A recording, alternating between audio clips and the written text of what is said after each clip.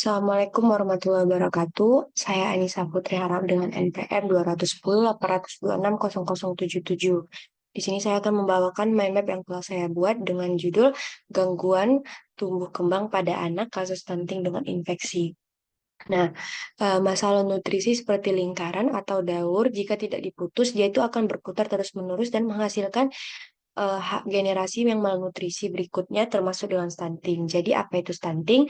Stunting itu adalah kondisi gagal tumbuh pada anak sehingga dia itu terlihat lebih pendek dari teman-teman seusianya karena tadi penyebab itu karena kekurangan gizi yang kronis dalam kehidupan dalam 1.000 hari pertama kehidupannya.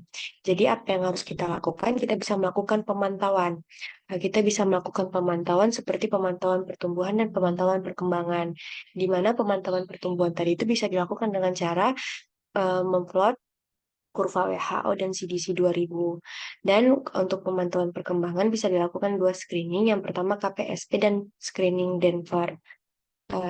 Jadi kita harus melakukan pemantauan ini untuk melakukan apakah anaknya itu eh, mengalami keterlambatan sesuai dengan usianya atau tidak.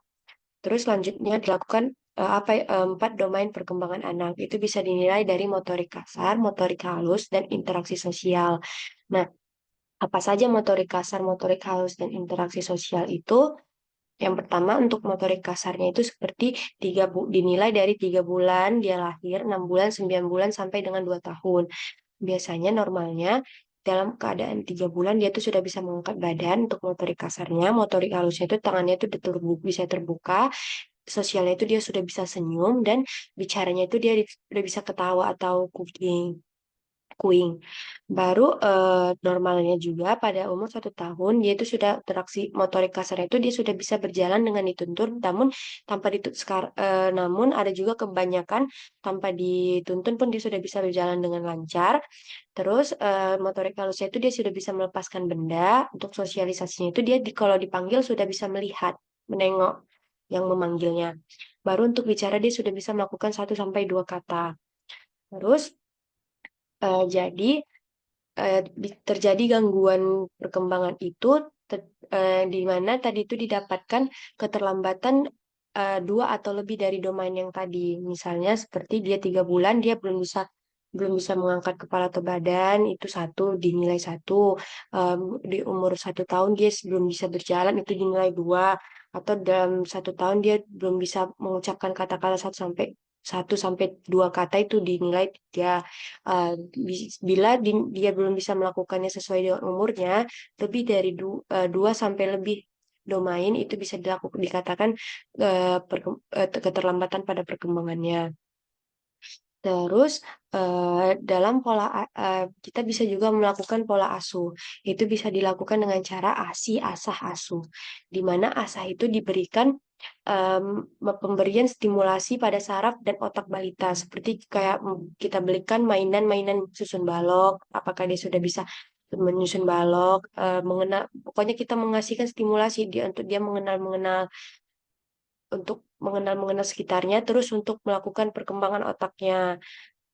Kayak diberikan permainan-permainan yang untuk menstimulasi otaknya. Terus kita juga bisa melakukan pola ASI. ASI itu seperti kasih sayang antara ibu dan anak, antara orang tua dan anak. Kita mengasihkan kasih sayang secara eh, tercukupi kepada anak. Terus untuk asuhnya itu seperti pemberian nutrisi ya, nutrisi dan kesehatan anak. Itu bisa dengan cara pemberian ASI yang eksklusif selama 6 bulan. ASI eksklusif itu apa? Jadi ASI eksklusif itu pemberian ASI secara terus-menerus dari umur 1 bulan sampai 6 bulan, dan selanjutnya dilakukan pemberian MPASI yang bergizi. Dan MPASI yang bergizi itu antara protein dan karbohidratnya itu harus sesuai, yaitu 60 sampai 40%, 60 banding 40%. Makanan bergizi. Jadi kalau dia sakit juga harus dilakukan pengobatan saat sakit, harus care. Jadi orang tua itu harus care pada anak, apakah anaknya sudah mengalami tidak enak badan, harus care dan cepat dilakukan pengobatan. Baru kebersihan lingkungan dan tempat tinggal dan pakaiannya. Baru untuk bagaimana edukasi pada anak yang stunting itu, jadi bisa dilakukan edukasi kepada orang tuanya untuk orang tuanya agar mengetahui bagaimana nutrisi yang baik untuk seorang bayi dan anak.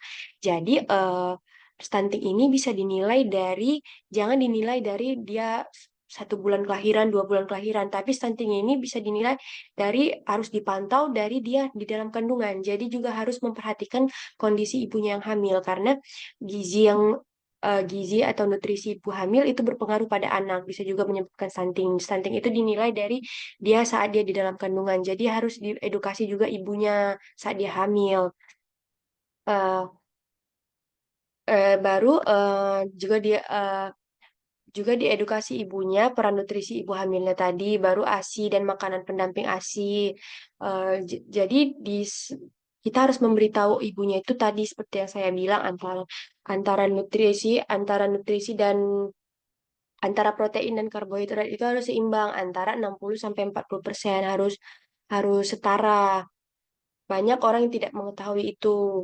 Jadi harus diberikan masukan pada ibunya, harus diajarkan. Jadi baru juga bisa dilakukan edukasi pencegahan. Edukasi pencegahannya itu perhatikan nutrisi 1.000 hari pertama kelahirannya pada ibu dan bayi. Harus dengan ibu dan bayi, jangan bayinya aja.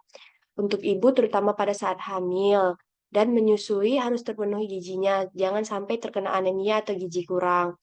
Untuk bayi, penuhi kebutuhan dengan ASI eksklusif selama 6 bulan dan dilanjutkan MPASI-nya selama 2 tahun. Baru dilakukan imunisasi juga untuk mencegah terjadinya infeksi. Karena tadi kalau infeksi dan eh, masalah gizi itu seperti daur ulang. Kalau tidak dicegah, diputus rantai infeksinya, maka akan terjadi gangguan gizi, kekurangan gizi pada anak.